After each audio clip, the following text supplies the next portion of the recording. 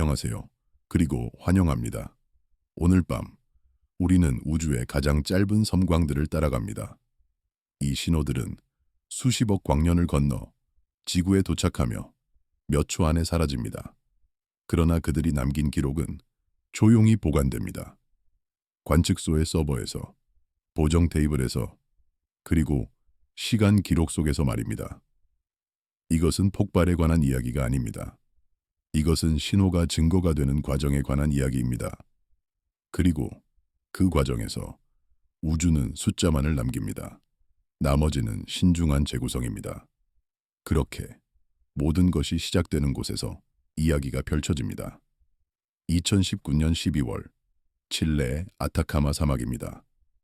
얇은 겨울 공기 속에서 관측소 돔들은 조용한 고원 위로 천천히 회전했습니다. 제어실 내부에서 운영자들은 깨끗한 화면을 가로질러 스크롤되는 일상적인 원격 측정 데이터를 지켜보았습니다. 궤도를 가로질러 광시야 감마선 모니터들은 카운트의 짧은 상승을 기록했고 시간은 초의 분수 단위까지 기록되었습니다. 이벤트는 기록되고 기기 상태 채널과 대조 확인되었으며 자동화된 알림으로 배포되었습니다. 몇 분 이내에 경보는 신속한 천문학적 대응에 사용되는 공개 네트워크에 입력되었습니다. 이것이 기록의 첫 번째 단계였습니다. 우주에서 온 빛의 펄스가 데이터베이스의 항목이 되는 순간이었습니다. 첫 번째 순간에 온보드 소프트웨어는 배경 비율보다 통계적으로 유의미한 클러스터를 식별했습니다. 이 식별은 자동적이었지만 단순하지 않았습니다. 알고리즘은 수년간의 보정 데이터를 참조했고 알려진 입자 이벤트의 서명과 비교했으며 탐지기, 온도와 향 방향을 확인했습니다. 지상 파이프라인은 트리거를 알려진 입자 이벤트 및 기기 상태 이상과 비교했습니다. 각 확인은 로그 파일에 타임스탬프와 함께 기록되었습니다. 몇 분 이내에 예비 하늘 영역이 계산되었고 오차 반경이 공개적으로 기록되었습니다. 이 초기 위치는 넓었습니다. 보름달 몇 개를 덮을 만큼 충분히 넓었지만 그것은 시작이었습니다. 자동화된 알림은 전 세계 관측소에서 사용하는 경보 네트워크를 통해 전송되었습니다. 이 네트워크는 수십 년 동안 구축되었으며 표준화된 형식과 확립된 프로토콜을 사용했습니다. 각 알림에는 이벤트 시간, 대략적인 위치, 신뢰 수준, 그리고 기기 상태에 대한 메모가 포함되었습니다. 초기 카탈로그 항목이 생성되었으며 시간, 지속시간 매트릭, 스펙트럼 경도, 추정치가 포함되었습니다. 이러한 매개 변수들은 초기에는 잠정적이었지만 그들은 검증 가능했습니다. 각각은 원시 카운트 데이터로 다시 추적될 수 있었고 각각은 문서화된 방법을 사용하여 재계산될 수 있었습니다. 몇 시간 이내에 추가 우주선 탐지가 타이밍 일관성을 위해 교차 확인되었습니다. 다른 궤도에 있는 다른 탐지기들이 같은 이벤트의 다른 측면을 보았습니다. 일부는 약간 다른 에너지 범위에 민감했고 일부는 약간 다른 각도에서 보았으며 일부는 약간 다른 시간 해상도를 가졌습니다. 그러나 그들 모두는 기본 사실에 동의했습니다. 광자의 짧은 폭발이 기록되었고 그것은 우주적 기원을 가졌으며 그것은 검출 임계값을 훨씬 초과했습니다. 공동 타이밍 솔루션은 위성 간 삼각 측량 방법을 통해 가능한 영역을 좁혔습니다. 이 과정은 복잡했습니다. 각 탐지기에 정확한 궤도 위치가 필요했고 각 탐지기에 시계 오프셋이 필요했으며 각 탐지기에 응답 특성이 필요했습니다. 그러나 그것은 작동했습니다. 첫날이 끝날 무렵 이벤트는 여러 아카이브에서 안정적인 기록으로 존재했습니다. 그것은 더 이상 일시적인 신호가 아니었습니다. 그것은 문서화된 관찰이었습니다. 그것은 고유 식별자를 가졌고 측정된 속성을 가졌으며 알려진 불확실성을 가졌습니다. 그것은 과학 문헌에서 인용될 수 있었고 분석에서 비교될 수 있었으며 미래 조사에서 재검토될 수 있었습니다. 이것이 일시적인 천문학의 첫 번째 승리였습니다. 빠르게 사라지는 이벤트를 영구적인 기록으로 변환하는 것이었습니다. 우주 기반 모니터링 팀들은 신호의 첫 번째 관리자 역할을 했습니다. 나사의 스위프트와 페르미, 그리고 감마 기기를 운영하는 국제 파트너들과 관련된 운영 그룹들은 보정된 탐지기를 유지하고 일상적인 상태 원격 측정을 통해 트리거 무결성을 검증했습니다. 그들의 작업은 일상적이었지만 중요했습니다. 매일 그들은 탐지기 상태를 확인했고 보정 소스를 모니터했으며 배경 속도를 추적했고 소프트웨어 업데이트를 테스트했습니다. 이 일상적인 유지 관리 없이는 트리거가 실제인지 아니면 기기 아티팩트인지 아는 것이 불가능했습니다. 그들의 역할은 중요했습니다. 왜냐하면 첫 번째 분류 결정은 안정적인 응답, 곡선과 알려진 배경 동작에 달려있기 때문입니다. 경보 배포는 확립된 조정 인프라에 의존했습니다. 감마선 좌표 네트워크 및 유사한 공개 순환 시스템과 같은 네트워크는 시간과 대략적인 위치가 신속하게 공유되도록 보장했으며 관측소가 자동으로 수집할 수 있는 표준화된 형식을 사용했습니다. 이 시스템은 수십 년 동안 개발되었습니다. 초기에는 경보가 이메일로 전송되었고 때때로 손으로 작성되었으며 항상 몇 시간 지연되었습니다. 시간이 지남에 따라 프로토콜이 표준화되었고 전송이 자동화되었으며 지연이 몇 분으로 줄어들었습니다. 이제 경보는 탐지 후 몇 초 이내에 전 세계에 도달할 수 있었습니다. 이 조정은 중요했습니다. 왜냐하면 광학 및 전파 추적 관찰은 방출이 희미해지는 매 시간마다 효과가 떨어지기 때문입니다. 위성 간 비교는 오랫동안 실행되어 온 협력 관행을 활용했습니다. 때때로 다중 임무 협력과 관련된 타이밍 분석은 독립적인 탐지를 사용하여 하늘 기원에 대한 신뢰를 강화했습니다. 이 작업은 조심스러웠습니다. 각 탐지기는 약간 다른 에너지 범위에 민감했고 각각은 약간 다른 시간 해상도를 가졌으며 각각은 약간 다른 시스템 노이즈를 가졌습니다. 이러한 차이점을 고려하는 것은 단순히 도착 시간을 비교하는 것이 아니라 각 탐지기의 특성을 이해하고 그들의 다른 관점을 공통 프레임워크로 변환하는 것을 의미했습니다. 그 기여는 극적이기보다는 절차적이었지만 그것은 단일 트리거를 다중기기 기록으로 전환시켰습니다. 이 부분은 이벤트 자체가 이미 사라진 후 증거가 어떻게 시작되는지를 연구합니다. 기록들은 관측 과학에 반복되는 주제를 보여줍니다. 즉, 초기 몇 분은 해석이 아닌 기기 규율에 의해 지배됩니다. 배경 감산, 임계값 논리, 보정 이력이 무엇이 공유될 만큼 충분히 실제하는지를 형성합니다. 각 단계는 조용했습니다. 제어실에서 급한 소리가 없었고 극적인 발표가 없었으며 갑작스러운 깨달음의 순간이 없었습니다. 대신 확인에 꾸준한 축적이 있었습니다. 트리거가 실제였습니다. 위치가 계산되었습니다. 알림이 전송되었습니다. 기록이 생성되었습니다. 분석가들에게 이 에피소드는 검증이 종종 제외되는 것으로 시작한다는 것을 보여줍니다. 태양 입자, 탐지기 포화, 방향 효과는 일상적인 가능성으로 취급되며 각각은 로그와 대조하여 조용히 확인됩니다. 이 과정은 지루할 수 있었지만 필수적이었습니다. 각 잠재적 오류 소스는 체계적으로 평가되어야 했고 각 대체 설명은 테스트되어야 했으며 각 불일치는 해결되어야 했습니다. 이 모든 것은 이벤트가 실제라는 결론에 도달하기 전에 발생했습니다. 분위기는 절차적으로 유지됩니다. 왜냐하면 첫 번째 진실은 단순히 탐지기가 트리거된 순간에 신뢰할 수 있었다는 것이기 때문입니다. 이러한 확인의 고요함 속에서 확실성은 작고 반복되는 확인으로부터 구축됩니다. 하나의 확인은 설득력이 없을 수 있었습니다. 두 개는 흥미로울 수 있었습니다. 세 개는 설득력이 있을 수 있었습니다.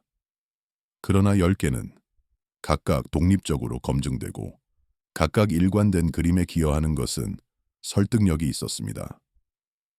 이것이 과학적 확실성이 구축되는 방식이었습니다.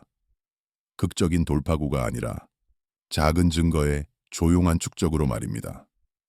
하늘 좌표가 안정화됨에 따라 망원경들은 별들의 비어 보이는 패치를 향해 움직이기 시작했습니다. 감마 탐지는 시작일 뿐이었습니다.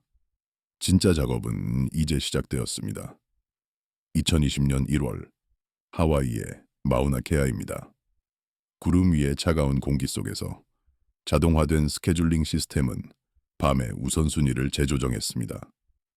로봇 망원경은 새로운 경보 위치를 향해 회전했고 카메라는 즉시 짧은 노출을 시작했습니다. 이 반응은 자동적이었지만 정교했습니다. 스케줄링 소프트웨어는 경보 우선순위를 평가했고 날씨 조건을 확인했으며 현재 관찰 대상의 중요성을 계산했고 새로운 타겟으로 회전하는 데 필요한 시간을 추정했습니다. 모든 것이 수락 가능하다면 망원경은 움직였습니다. 첫 번째 프레임에서 필드는 평범해 보였습니다. 수백 개의 별이 있었고 각각은 알려진 위치에 있었으며 각각은 예상된 밝기를 가졌습니다. 다음 1시간 동안 차이 이미징은 참조 카탈로그에 없던 희미한 점을 식별했습니다. 이 기술은 간단했지만 강력했습니다. 새로운 이미지를 아카이브 이미지에서 빼면 변한 것만 남았습니다. 대부분의 경우 아무것도 남지 않았습니다. 하늘은 안정적이었고 별들은 그들이 항상 있던 곳에 있었으며 은하들은 움직이지 않았습니다. 그러나 때때로 무언가가 나타났습니다. 새로운 점, 새로운 빛의 소스, 이전에 없던 무언가였습니다. 그 밝기는 측정 가능한 곡선으로 감소했으며 반복된 노출과 보정 별들을 통해 확인되었습니다. 이것은 장광이었고 감마선 폭발이 남긴 희미해지는 불빛이었습니다. 추적 관찰 망원경들은 자동화된 시간에 민감한 스케줄을 사용하여 오차 영역을 촬영했습니다. 이 관찰은 신속해야 했습니다. 장황은 빠르게 희미해졌으며 종종 몇 시간 이내에 탐지 한계 아래로 떨어졌습니다. 타이밍이 중요했습니다. 몇 시간의 지연은 관찰 가능한 잔광과 탐지할 수 없는 것 사이의 차이를 의미할 수 있었습니다. 이것이 로봇 망원경이 중요한 이유였습니다. 그들은 빠르게 반응할 수 있었고 인간의 개입 없이 관찰할 수 있었으며 밤새 대상을 추적할 수 있었습니다. 이미지 차이 파이프라인은 새 프레임을 보관 하늘 조사와 비교하여 일시적 후보를 찾았습니다. 이 비교는 자동적이었지만 신중했습니다. 소프트웨어는 이미지를 정렬했고 별 목록을 일치시켰으며 밝기를 비교했고 새로운 소스를 식별했습니다. 단일 희미해지는 소스가 식별되었으며 좌표는 서브 아크초 정밀도로 정제되었습니다. 이 정밀도는 인상적이었습니다. 초기 감마 위치는 수도, 크기의 영역을 덮었지만 광학 위치는 밀리초호로 측정될 수 있었습니다. 이것은 1000배 이상의 개선이었습니다. 독립적인 관측소들은 별도의 기기와 필터를 사용하여 희미해지는 행동을 확인했습니다. 이 독립적인 확인은 중요했습니다. 단일 탐지는 기기 아티팩트이거나 우주선 충돌이거나 처리 오류일 수 있었습니다. 그러나 다중 독립 탐지, 각각 다른 망원경으로, 각각 다른 카메라로, 각각 다른 분석 파이프라인으로는 실제여야 했습니다. 분광 관측은 적색편이 추정에 사용되는 흡수 및 방출 특징을 측정했습니다. 이 관측은 어려웠습니다. 잔광은 희미했고 종종 20등급보다 더 희미했으며 스펙트럼을 얻는 것은 긴 노출을 필요로 했습니다. 그러나 그것은 가능했습니다. 대형 망원경, 효율적인 분광기, 그리고 신중한 관찰 계획으로 말입니다. 스펙트럼은 정보가 풍부했습니다. 그것은 장황의 색상을 보여주었고 개입하는 가스의 존재를 드러냈으며 가장 중요하게는 거리를 결정할 수 있게 했습니다. 적색편이 솔루션은 잘못된 식별 위험을 줄이기 위해 여러 선을 대조하여 확인되었습니다. 단일선은 모호할 수 있었습니다. 그것은 다른 것으로 잘못 식별될 수 있었고 그것은 기기, 아티팩트일 수 있었으며 그것은 하늘 배경으로부터의 오염일 수 있었습니다. 그러나 여러 선, 각각 일관된 적색 편의를 보여주는 것은 신뢰할 수 있었습니다. 깊은 이미징은 잔광이 희미해진 후에도 같은 위치에서 호스트 은하를 드러내기 위해 계속되었습니다. 이 관찰은 몇 주 또는 몇 달 후에 발생했으며 잔광이 탐지 한계 아래로 희미해진 후였습니다. 그 결과 이미지는 희미한 확장된 소스를 보여주었고 장황 위치와 정확히 일치하는 작은 은하였습니다. 이것은 호스트 은하였고 폭발이 발생한 은하였습니다. 호스트 연관성은 우연 정렬 통계와 반복된 전체 측정 보정으로 테스트되었습니다. 정렬이 우연일 가능성은 얼마나 되었을까요? 계산은 간단했습니다. 하늘에 주어진 영역에서 은하의 표면 밀도를 취하고 정렬, 반경을 곱하고 확률을 계산하십시오. 대부분의 경우 확률은 낮았습니다. 정렬이 우연일 가능성은 100분의 1 또는 1000분의 1이었습니다. 이것은 호스트 연관성이 실제라는 강력한 증거였습니다. 지상 기반 관측소들은 영역에서 정밀 지점으로의 중요한 변환을 제공했습니다. 노이알랩, 제미니, 캑, 유럽 남방 천문대의 초대형 망원경 및 시간 영역 가능 망원경과 관련된 시설들이 이미징과 분광학에 기여했습니다. 이들 시설은 세계에서 가장 강력한 망원경 중 일부였으며 반구마다 하나씩 전략적으로 배치되어 빠른 추적 관찰을 가능하게 했습니다. 그들의 행동은 중요했습니다. 왜냐하면 감마 탐지기는 광학 등급 위치 파악을 단독으로 제공하는 경우가 드물고 호스트를 안정적으로 식별하려면 정밀한 위치가 필요하기 때문입니다. 감마 탐지기는 하늘의 큰 영역을 가리킬 수 있었지만 광학 망원경은 특정 별이나 은하를 가리킬 수 있었습니다. 조사 인프라는 신속한 식별을 지원했습니다. 주요 일시적 조사를 포함한 광시야 프로그램과 그들의 아카이브는 차이 이미징이 작동할 수 있도록 참조 이미지와 카탈로그를 제공했습니다. 이러한 조사는 수년 또는 수십 년에 걸쳐 하늘을 반복적으로 이미징했으며 수십억 개의 별과 은하의 위치와 밝기를 기록했습니다. 이 아카이브 없이는 무엇이 새로운지 아는 것이 불가능했습니다. 새로운 것은 이전에 없던 것으로만 정의될 수 있었고 이것은 과거의 기록을 필요로 했습니다. 이것은 중요했습니다. 왜냐하면 새로운 것은 일관된 보정 및 시행 조건에서 이미 기록된 것과 대조하여 입증되어야 하기 때문입니다. 분광학 팀들은 가장 보수적인 형태의 거리를 제공했습니다. 반복된 선 매칭과 기기 보정 램프를 통해 적색 편의를 측정함으로써 그들은 희미해지는 점을 우주론적 배치로 변환했습니다. 이 변화는 간단하지 않았습니다.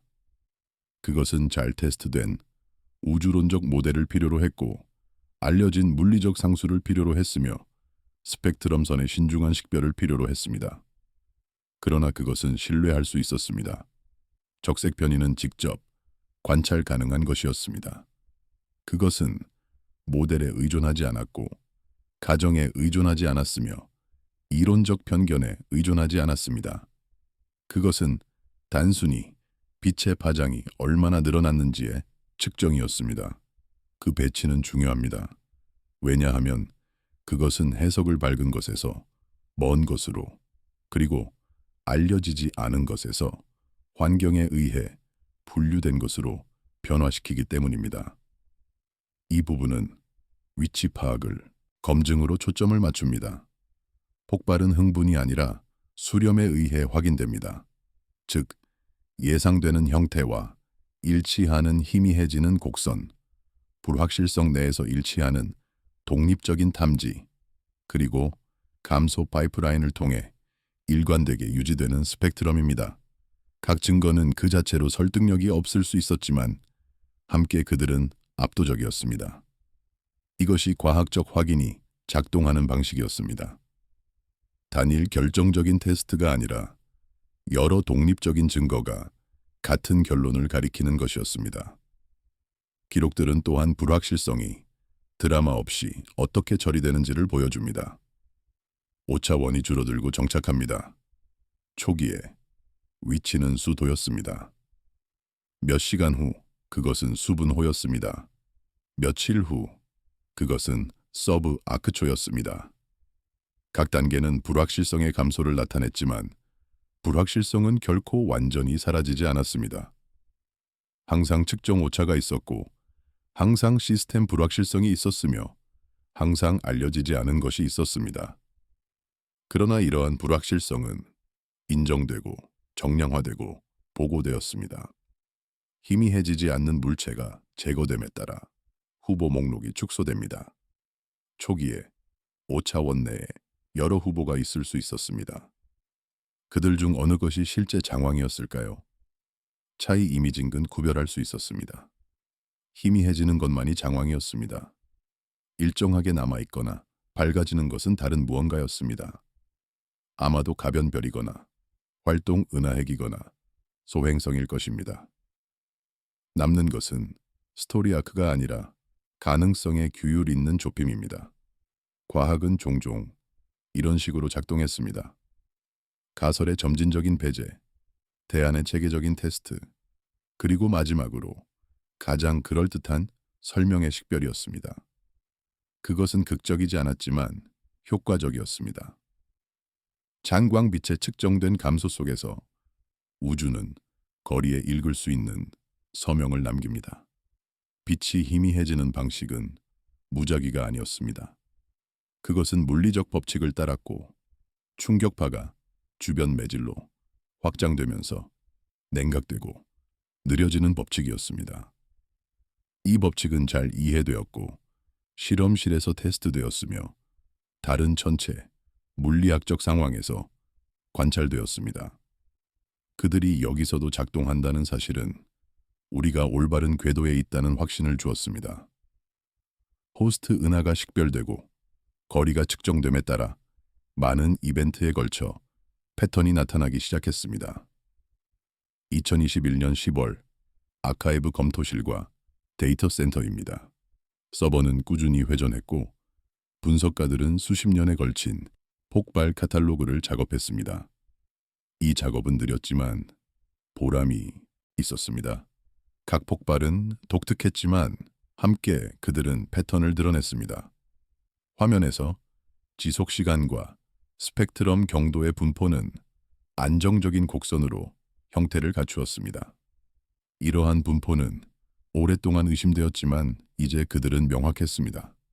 두 개의 모집단이 보였으며 겹침과 단순한 레이블에 저항하는 경계 사례가 있었습니다. 긴 폭발, 2초 이상 지속되는 것들은 하나의 그룹을 형성했습니다. 짧은 폭발, 2초 미만의 것들은 다른 그룹을 형성했습니다. 경계는 임의적이지 않았습니다.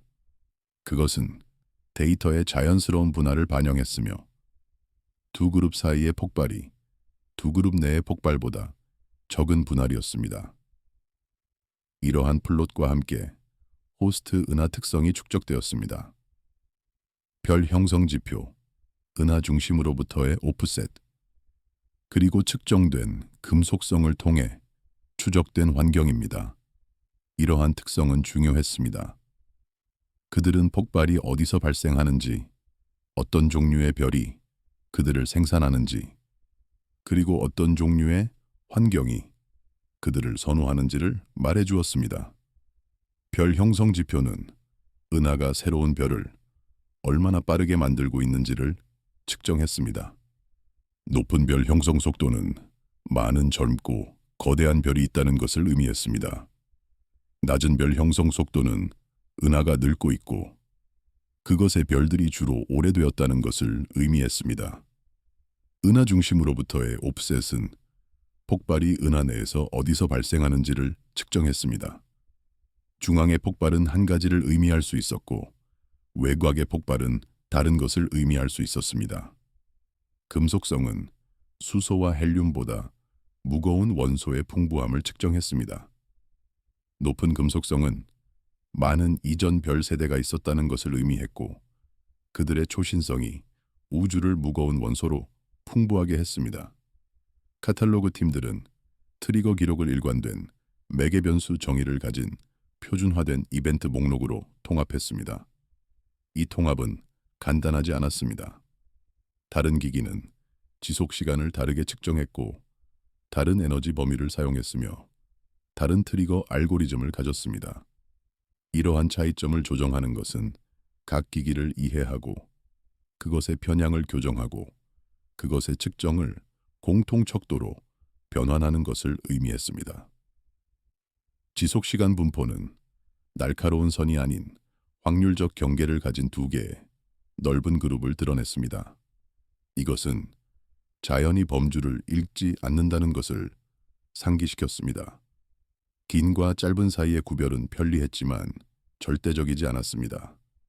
일부 폭발은 경계에 앉아 있었고 그들의 분류는 모호했으며 그들의 특성은 두 그룹의 혼합이었습니다.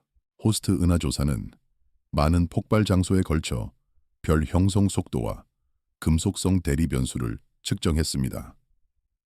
이 작업은 수년이 걸렸습니다. 각 폭발은 별도의 관찰을 필요로 했고 각 은하는 신중한 분석을 필요로 했으며 각 측정은 독립적인 확인을 필요로 했습니다. 그러나 점차적으로 패턴이 나타났습니다. 긴 지속시간 이벤트는 호스트 이미징에서 활발한 별 형성 지역과의 반복된 정렬을 보여주었습니다. 그들의 호스트는 종종 파랗고 밝고 불규칙했습니다. 그들은 높은 별 형성 속도를 가졌고 많은 젊은 별을 가졌으며 종종 낮은 금속성을 가졌습니다.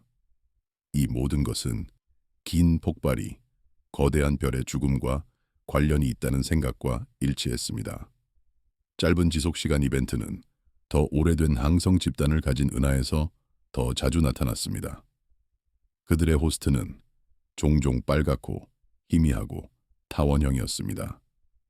그들은 낮은 별 형성 속도를 가졌고 주로 오래된 별을 가졌으며 종종 높은 금속성을 가졌습니다. 이 모든 것은 짧은 폭발이 오래된 별 시스템과 관련이 있다는 생각과 일치했습니다.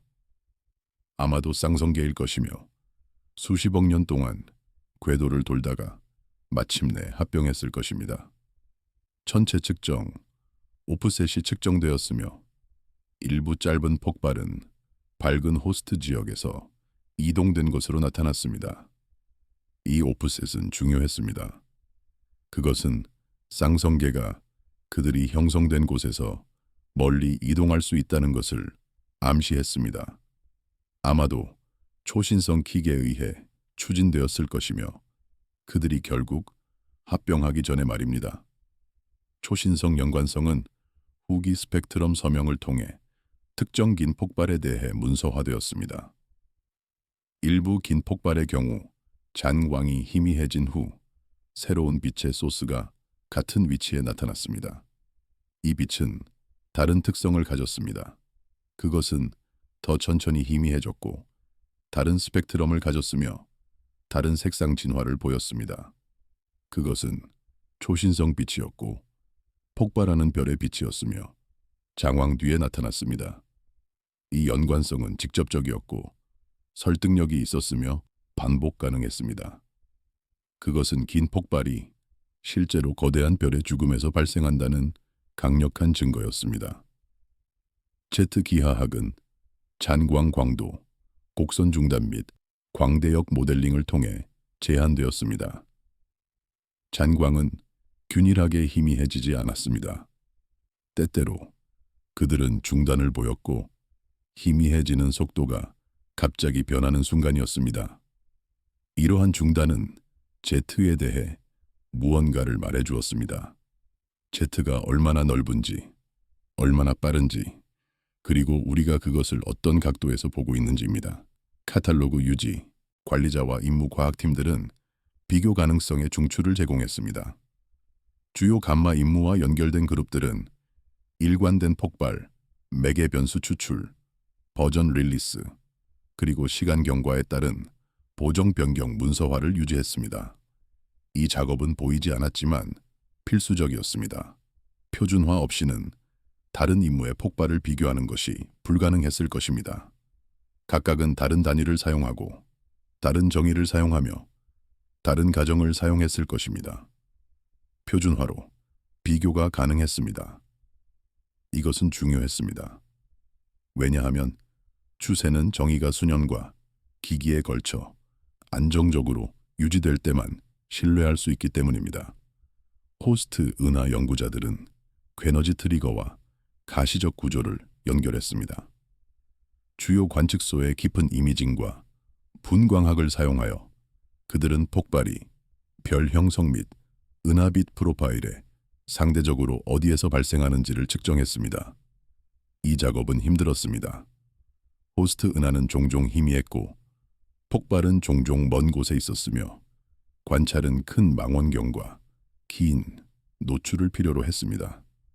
그러나 그것은 가치가 있었습니다. 그들의 기여는 중요했습니다. 왜냐하면 기원 이론은 환경이 독립적인 샘플에 걸쳐 반복될 때 강도를 얻기 때문입니다. 단일 사례는 우연일 수 있었지만 수십 개의 사례는 패턴이었고 수백 개의 사례는 법칙이었습니다. 광대역 모델링 그룹들은 전파, 광학, X선 장황을 물리적 제약 조건으로 통합했습니다. 싱크로트론 모델을 피팅하고 제트 개방 각도를 추정함으로써 그들은 겉보기 밝기를 더 비교 가능한 에너지 예산으로 수정했습니다. 이 수정은 중요했습니다. 제트는 방향성이었습니다. 그들은 모든 방향으로 균일하게 빛나지 않았고 특정 방향으로 집중되었습니다. 우리가 제트를 정면에서 본다면 우리는 많은 빛을 보았습니다.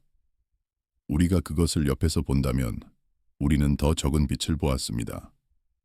우리가 그것을 뒤에서 본다면 우리는 전혀 빛을 보지 못할 수도 있었습니다. 이것은 중요했습니다.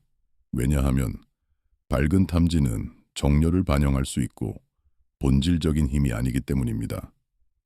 관찰 각도를 보정함으로써 우리는 진정한 에너지 출력을 추정할 수 있었고 다른 폭발을 공정하게 비교할 수 있었습니다.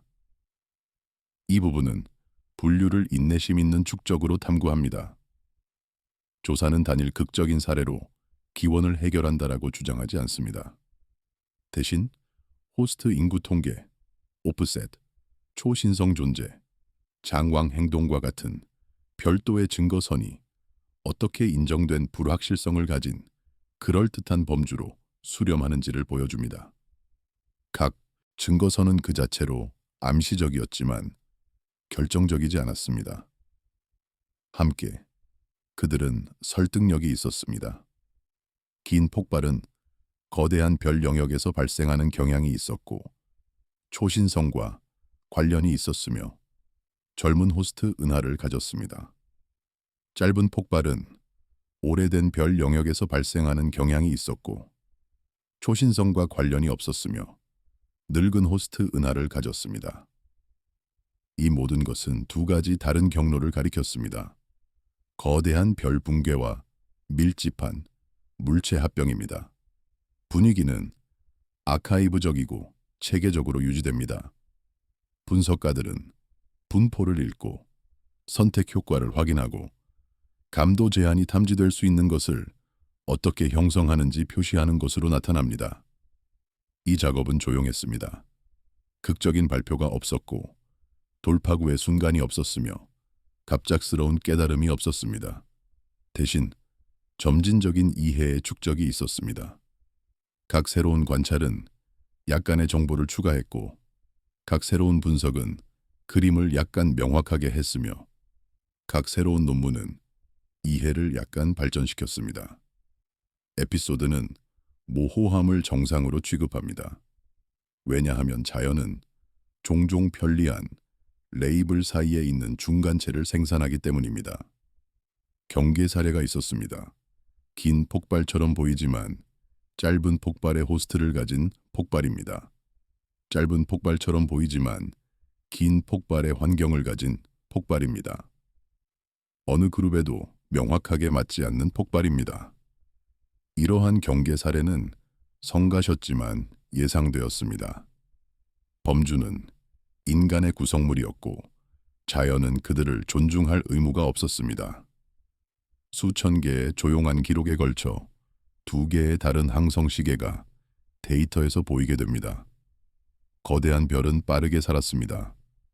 그들은 몇백만 년 안에 형성되었고 밝게 타올랐으며 폭력적으로 죽었습니다. 그들의 폭발은 그들이 형성된 직후에 발생했고 우주론적으로 말하면 말입니다. 이것이 긴 폭발이 젊은 별 영역에서 발생하는 이유였습니다.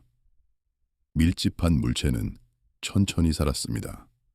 그들은 쌍성계로 형성되었고 수십억 년 동안 궤도를 돌았으며 점차적으로 서로를 향해 나선형으로 이동했습니다. 그들의 합병은 형성 후 오랜 시간이 지난 후에 발생했습니다. 이것이 짧은 폭발이 오래된 별 영역에서 발생하는 이유였습니다. 두 시계, 두 경로, 두 종류의 폭발입니다. 분류가 성숙함에 따라 감마 천문학 외부에서 별도의 종류의 확인이 도착하기 시작했습니다. 2017년 8월 여러 대륙에 걸친 조정된 관측소입니다. 조용한 제어 공간에서 중력파 탐지기는 짧고 구조화된 신호를 기록했으며 기기 점검 및 일치 기준을 통해 검증되었습니다. 이 탐지는 예상되었지만 여전히 흥미로웠습니다. 수년 동안 이론가들은 밀집한 물체 합병이 중력파를 생산해야 한다고 예측했습니다. 이제 처음으로 예측이 확인되었습니다. 신호는 명확했습니다.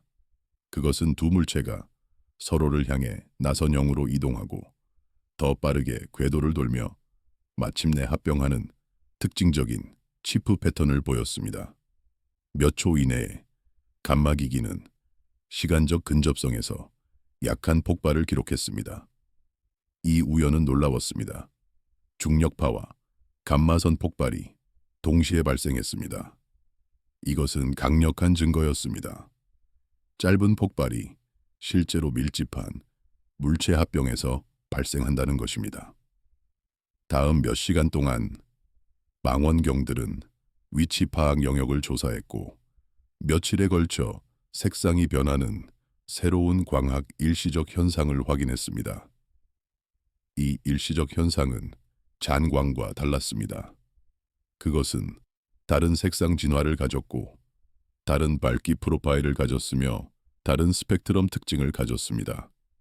그것은 킬로노바였고 합병 분출물의 방사성 붕괴로 구동되는 광학 일시적 현상이었습니다. 진화는 밤마다 기록되었으며 보정된 측광으로 측정되었고 킬로노바 기대치와 일치하는 스펙트럼으로 뒷받침되었습니다. 색상 변화는 예측 가능했습니다. 처음에는 분출물이 뜨거웠고 일시적 현상이 바랬습니다. 시간이 지남에 따라 분출물이 냉각되고 팽창했으며 일시적 현상이 빨개졌습니다. 이 진화는 킬로노바 모델과 정확히 일치했습니다. 중력파 파이프라인은 일치 및 신호 일관성 기준을 사용하여 후보 이벤트를 식별했습니다. 이 식별은 자동적이었지만 신중했습니다. 중력파 탐지기는 민감했고 그들은 많은 것을 감지했습니다. 지진 소음, 바람에 의한 진동, 인근 고속도로의 교통, 심지어 먼 바다의 파도까지입니다. 이 모든 소음을 진정한 중력파 신호와 구별하는 것은 정교한 알고리즘과 신중한 검증을 필요로 했습니다. 기기팀들은 탐지기 상태를 확인하고 문서화된 절차를 통해 알려진 노이즈 소스를 제거했습니다.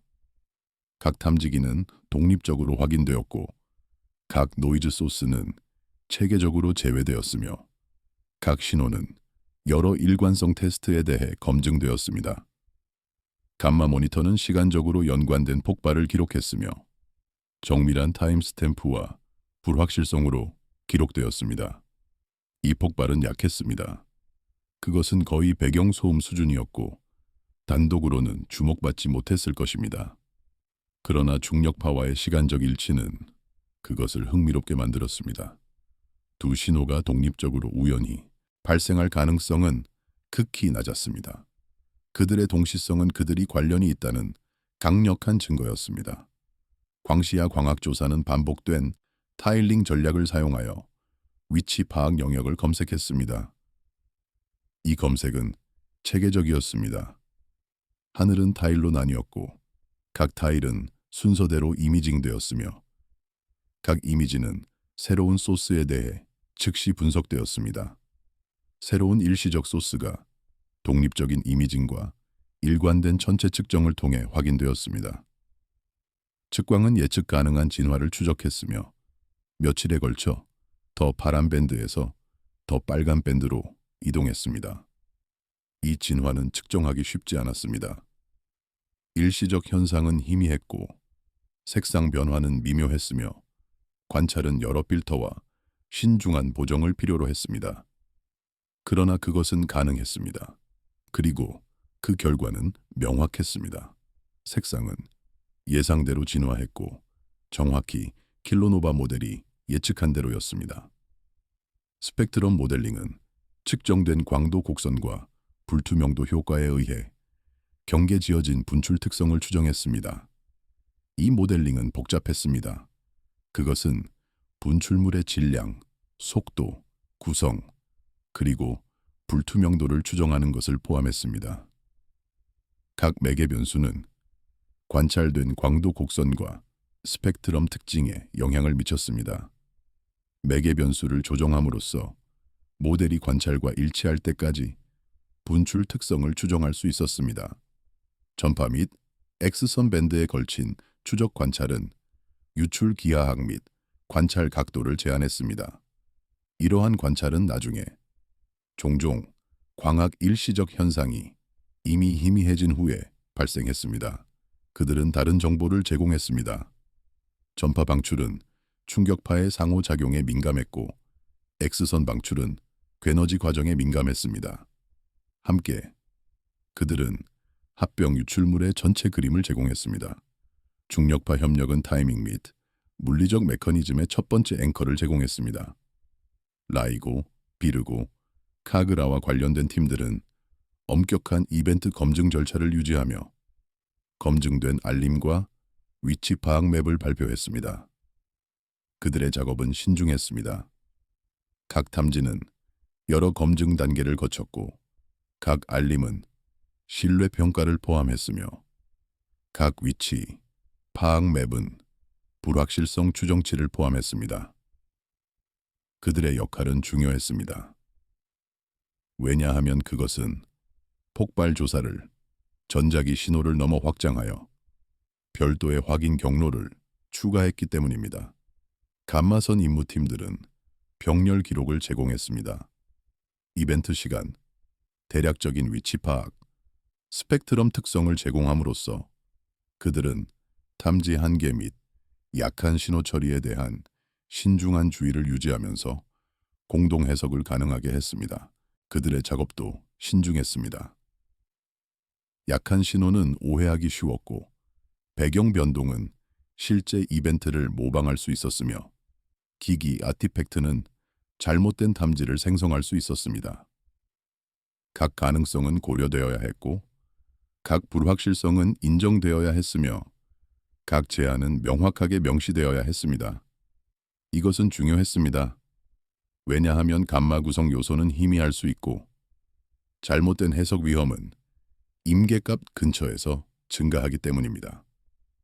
광학 및 적외선 관측소들은 킬로노바 서명을 문서화했습니다. 조사 프로그램과 주요 망원경들은 분출 구성 및 진화의 모델링을 허용하는 반복된 측정을 제공했습니다. 그들의 작업은 힘들었습니다. 킬로노바는 희미했고 진화는 빨랐으며 관찰은 여러 밤에 걸쳐 여러 필터로 반복된 이미징을 필요로 했습니다.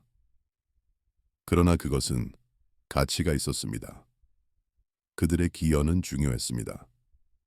왜냐하면 킬로노바 빛은 합병에서의 무거운 원소 생산에 대한 직접적인 관측 경로를 제공하며 느린 색상 변화와 스펙트럼 구조를 통해 테스트되기 때문입니다. 킬로노바 스펙트럼은 특징적이었습니다. 그것은 무거운 원소, 특히 란타나이드의 서명을 보여주었습니다. 이것은 중요했습니다. 이것은 합병이 실제로 무거운 원소를 생산한다는 직접적인 증거였고, 이러한 원소가 우주에서 어디서 왔는지에 대한 오랜 질문에 대한 답이었습니다. 이 부분은 중복성을 통한 검증을 검토합니다. 별도의 기기가 동일한 이벤트의 관련 측면을 기록할 때 해석은 단일 가정에 덜 의존하게 됩니다. 중력파는 물리적 메커니즘을 말해주었습니다. 밀집한 물체가 합병했습니다. 감마선은 에너지 방출을 말해주었습니다. 제트가 생산되었습니다. 광학빛은 분출물을 말해주었습니다. 무거운 원소가 합성되었습니다. 각 관찰은 그 자체로 흥미로웠지만 함께 그들은 압도적이었습니다. 에피소드는 이것을 극적인 전환점이 아니라 방법의 측정된 발전으로 제시합니다. 다중 전달자 천문학은 새로운 것이 아니었습니다. 오랫동안 천문학자들은 다른 파장에서 동일한 물체를 관찰했습니다. 그러나 이것은 다르습니다. 이것은 완전히 다른 물리적 채널이었습니다. 빛이 아니라 시공간의 왜곡이었습니다. 조사는 또한 인내심이 다중 전달자 과학에도 어떻게 들어가는지를 강조합니다. 중력 신호는 짧지만 위치 파악은 넓을 수 있습니다. 이 특정 경우에 위치 파악은 수십 평방도였습니다. 이것은 큰 영역이었고 수천 개의 은하를 포함했으며 체계적인 검색을 필요로 했습니다. 광학 검색에는 체계적인 타일링, 반복된 이미징, 그리고 알려진 소스의 신중한 감산이 필요합니다. 각 타일은 이미징되어야 했고 각 이미지는 분석되어야 했으며 각 후보는 확인되어야 했습니다. 이 과정은 수시간이 걸렸고 전 세계에 여러 망원경이 관련되었으며 신중한 조정을 필요로 했습니다. 킬로노바의 의미는 즉각적인 밝기가 아니라 점진적인 색상 변화에서 읽힙니다.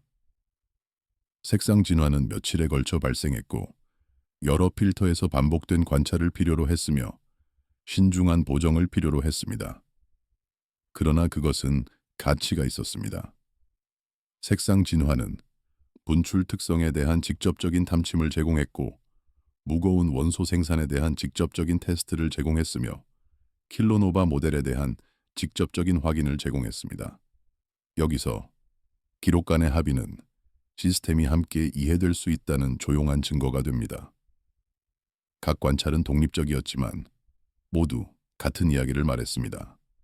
밀집한 물체가 합병했고 제트를 생산했고 무거운 원소를 분출했으며 중력파를 방출했습니다.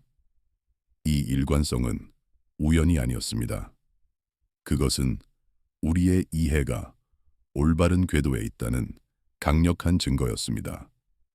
다중 전달자 방법이 안정화됨에 따라 주인은 기록 보관 자체에 긴 호를 향해 이동했습니다. 개별 이벤트는 흥미로웠지만 진정한 이해는 많은 이벤트의 축적에서 왔습니다. 2023년 5월 데이터 센터와 관측소 아카이브입니다.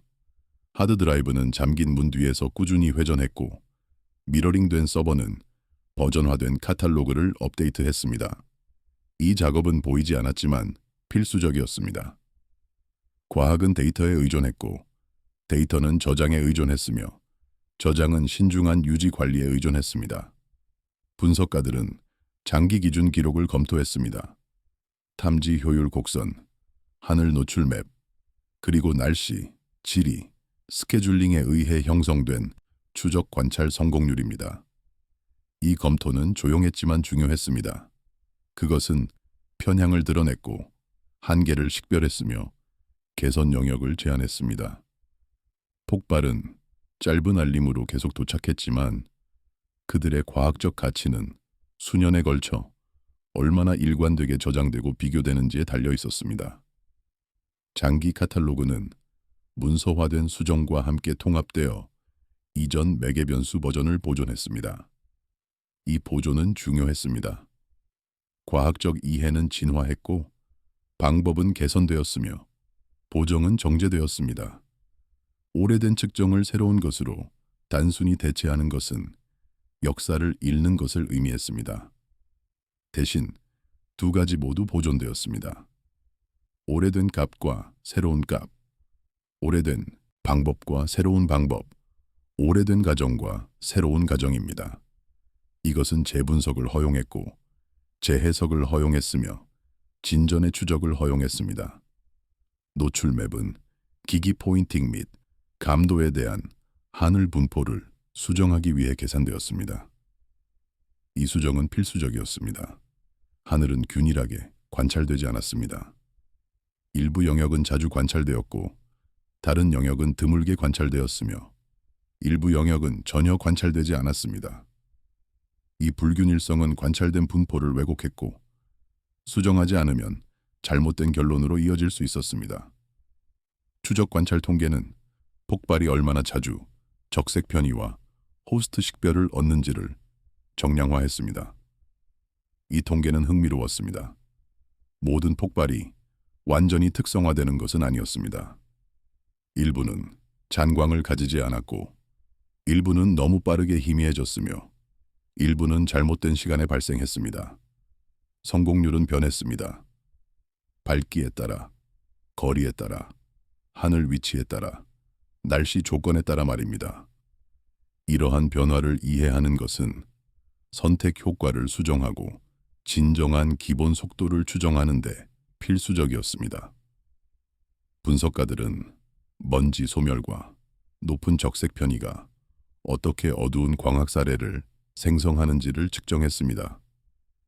일부 폭발은 광학 장황을 가지지 않았거나 적어도 탐지 가능한 것을 가지지 않았습니다. 이것은 흥미로운 퍼즐이었습니다. 왜 일부는 밝은 장황을 가지고 다른 것은 없었을까요? 답은 복잡했습니다. 때때로 먼지가 빛을 가렸습니다. 때때로 적색 편의가 빛을 저고의 선으로 이동시켰습니다. 때때로 관찰이 단순히 너무 늦었습니다. 모집단 모델은 탐지 임계값 및 빔 형성 보정을 사용하여 본질적인 비율을 조정했습니다. 이 조정은 복잡했습니다. 그것은 얼마나 많은 폭발이 발생하는지, 그들이 얼마나 밝은지, 그들의 제트가 얼마나 넓은지, 그리고 우리가 그들을 얼마나 자주 볼 수 있는지를 추정하는 것을 포함했습니다. 각 매개 변수는 불확실성을 가졌고 각 가정은 결과에 영향을 미쳤으며 각 보정은 오류를 가졌습니다. 그러나 신중한 분석으로 합리적인 추정치가 가능했습니다. 위험 프레임 연구는 측정된 비율과 은하 분포를 사용하여 근처 폭발 확률을 제한했습니다. 이 연구는 종종 오해되었습니다. 대중 언론은 때때로 감마선 폭발을 실존적 위협으로 묘사했고 언제든지 생명을 멸종시킬 수 있는 우주 재앙으로 말입니다. 현실은 더 미묘했습니다. 폭발은 발생했고 그들은 강력했으며 그들은 잠재적으로 위험했습니다. 그러나 확률은 정량화될 수 있었고 위험은 평가될 수 있었으며 프레임은 신중해야 했습니다. 새로운 기기 제안은 더 빠른 회전, 더 넓은 에너지 범위, 그리고 개선된 위치 파악을 강조했습니다. 이러한 개선은 점진적이었지만 중요했습니다. 더 빠른 회전은 더 빠른 추적 관찰을 의미했습니다. 더 넓은 에너지 범위는 더 완전한 스펙트럼 특성화를 의미했습니다. 개선된 위치 파악은 더 쉬운 호스트 식별을 의미했습니다. 각 개선은 이해를 약간 발전시켰고 각 새로운 기기는 새로운 가능성을 열었으며 각 임무는 이전 임무를 기반으로 했습니다. 국제조정 관행은 알림 및 데이터 공유 형식을 표준화하기 위해 개선되었습니다. 이 표준화는 지루했지만 필수적이었습니다. 표준 없이는 각 그룹은 자체 형식을 사용하고 자체 단위를 사용하며 자체 규칙을 사용했을 것입니다. 이것은 비교를 어렵게 만들고 협력을 방해하며 진전을 늦출 것입니다. 임무 아카이브와 데이터 센터는 연속성을 유지했습니다. 장기 저장을 담당하는 팀들은 이벤트 매개 변수, 보정 컨텍스트, 처리 버전이 보존되도록 보장했습니다. 그들의 작업은 보이지 않았지만 중요했습니다. 과학은 기억에 의존했고 기억은 저장에 의존했으며 저장은 신중한 큐레이션에 의존했습니다. 이것은 중요했습니다. 왜냐하면 과학적 결론은 방법이 개선됨에 따라 변할 수 있고 아카이브는 과거를 다시 쓰지 않고 재분석을 허용하기 때문입니다. 오늘의 분석은 내일의 데이터였고 오늘의 결론은 내일의 가정이었으며 오늘의 이해는 내일의 출발점이었습니다. 조사 운영자와 관측소 네트워크는 운영적 현실주의를 제공했습니다. 그들의 로그는 지구 기반 제약, 즉 구름 덮개, 계절적 가시성, 기기 경쟁이 어떤 폭발이 완전히 특성화되는지를 어떻게 형성하는지를 정량화했습니다. 이 제약은 종종 간과되었지만 중요했습니다. 이상적인 세계에서 모든 폭발은 즉시 추적 관찰될 것입니다. 현실에서 많은 요인이 이것을 방해했습니다. 날씨가 나쁠 수 있었고 망원경이 사용 중일 수 있었으며 폭발이 달 근처에 있을 수 있었습니다. 각 요인은 관찰 가능성을 줄였고 각 제약은 편향을 도입했으며 각 한계는 결과에 영향을 미쳤습니다. 이것은 중요했습니다. 왜냐하면 편향은 이론적이지 않으며 절차적이고 측정 가능하기 때문입니다. 정책 지향 과학 커뮤니케이터와 평가 그룹들은 신중한 공개 프레임을 형성했습니다. 드문 근처 폭발에 잠재적 생물학적 또는 대기 효과를 논의할 때 그들은 경계지어진 확률 추정치, 빔 형성 기하학, 관찰된 비율, 제약에 의존했습니다. 그들의 언어는 신중했습니다. 그들은 위험에 대해 말했지만 두려움 없이, 불확실성에 대해 말했지만 모호함 없이, 한계에 대해 말했지만 패배 없이 말했습니다. 그들의 기여는 중요했습니다. 왜냐하면 침착하고 정확한 프레임은 신뢰성을 보호하고 불확실성을 보이게 유지하기 때문입니다. 과학 커뮤니케이션은 어려웠습니다. 그것은 정확성과 접근성의 균형을 필요로 했고 세부 사항과 명확성의 균형을 필요로 했으며 자신감과 겸손의 균형을 필요로 했습니다. 이 부분은 측정 시스템의 내구성에 중점을 둡니다. 감마선 폭발은 짧지만 그들의 이해는 느립니다. 에피소드는 진전이 종종 아카이브에 화려하지 않은 안정성, 일관된 매개 변수 정의, 선택 효과의 투명한 처리에 달려 있음을 보여줍니다. 이 작업은 극적이지 않았습니다. 그것은 돌파구의 순간이 없었고 갑작스러운 깨달음이 없었으며 극적인 발표가 없었습니다. 대신 꾸준한 축적이 있었습니다. 데이터의 이해의 자신감의 축적입니다. 각 새로운 관찰은 약간을 추가했고, 각 새로운 분석은 약간을 명확하게 했으며, 각 새로운 논문은 약간을 발전시켰습니다. 또한 과학기관들이 어떻게 과도한 범위를 피하는지를 탐구합니다. 근접성 및 위험에 대한 질문이 발생할 때 분석가들은 비율, 제약, 명확하게 명시된 가정으로 응답합니다. 그들은 확실성을 주장하지 않았고 정밀한 예측을 하지 않았으며 절대적인 보증을 제공하지 않았습니다. 대신 그들은 가능성을 설명했고 불확실성을 정량화했으며 한계를 인정했습니다. 에피소드는 중립적인 톤을 유지하며 조심성을 자신감 부족이 아니라 전문성의 한 형태로 취급합니다. 조심은 약점이 아니었습니다. 그것은 강점이었습니다. 그것은 우리가 무엇을 알고 무엇을 모르는지 안다는 것을 의미했고, 우리가 우리의 한계를 인식한다는 것을 의미했으며, 우리가 증거에 의해 기꺼이 인도된다는 것을 의미했습니다. 작은 신호의 긴 저장 속에서 우주는 다시 읽을 수 있는 역사가 됩니다. 각 폭발은 일시적이었지만 기록은 영구적이었습니다. 각 관찰은 짧았지만 아카이브는 성장했습니다. 각 측정은 작았지만 함께 그들은 이해를 구축했습니다. 이것이 과학이 작동하는 방식이었습니다. 섬광이 아니라 축적으로, 계시가 아니라 수렴으로, 극적인 순간이 아니라 조용한 확신으로 말입니다. 새로운 탐지기가 온라인으로 들어오고 오래된 카탈로그가 접근 가능하게 유지됨에 따라 같은 하늘이 다시 측정될 것입니다. 조사는 지켜보고 기록하고 정제하는 조용한 관행으로 계속됩니다. 하늘은 계속해서 신호를 보냅니다. 탐지기는 계속해서 듣습니다. 아카이브는 계속해서 성장합니다. 그리고 그 과정 속에서 우주는 조금씩 더 이해할 수 있게 됩니다.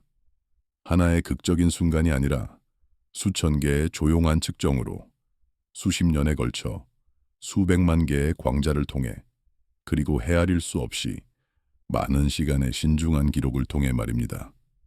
이것이 우리가 배우는 방법입니다. 조용히, 인내심 있게, 그리고 한 번에 하나의 신호씩 말입니다. 빛은 계속 도착합니다. 기록은 계속 축적됩니다. 그리고 어딘가에서 모든 것 너머의 과정은 계속됩니다.